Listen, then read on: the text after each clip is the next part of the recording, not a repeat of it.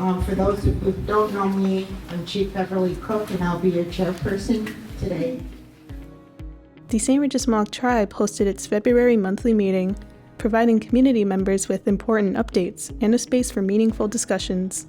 Chaired by Tribal Chief Beverly Cook, the meeting covered a range of topics, with Tribal Council addressing community concerns and questions.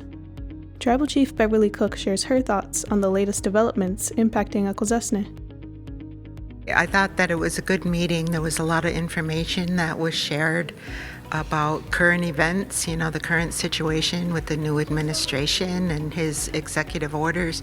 But there was also some good information about the upcoming new IRA home and a new Partridge House, which makes me really happy to hear, that we're getting closer. Executive Director Jalessa Barrero provided updates on key capital projects, including the construction of a new individual residential alternatives home and a new Partridge House. Our Community Family Services team, Sandy Rourke, did a great job of explaining the new IRA home to be built in Frogtown, how important it is, the waiting list we have for people with in need of those services, and then of course the current dilapidated condition of the Pike Road IRA. So it's important that we have safe facilities for our developmentally disabled relatives and the staff who care for them. So we're doing this so that they can have a healthier living space. It's going to be single level. It's going to increase our service capacity as our IRA residents age in the community. We're going to have. The new Partridge House is a project that's many years in the making. I think we know that the current location is quite old. It's in the floodplain by the St. Regis River, and it's really dilapidated, right? And so we need to look forward to moving the location and creating a new facility, a modern facility, to provide those services to our community members in addiction recovery, as well as looking to the future in the paradigm and the model of service delivery for addiction. And we need to be looking at how to deliver services appropriately for each type of addiction. The site plan, this is on Blair Road, pretty much midway between Route 95 and the Ag Farm. Tribal Chief Beverly Cook also addressed concerns about the suspension of federal funding under the Trump administration's executive orders, which could impact local projects.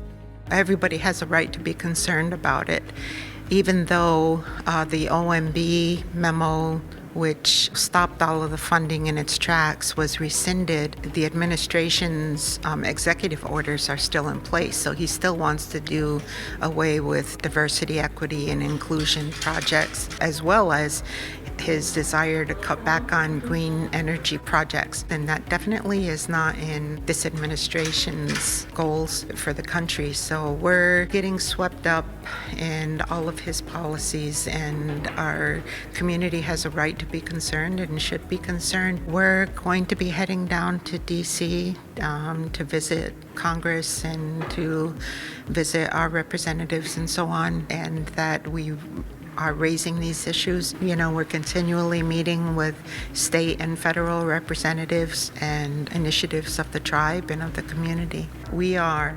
continually discussing with other tribes alternatives, strategies.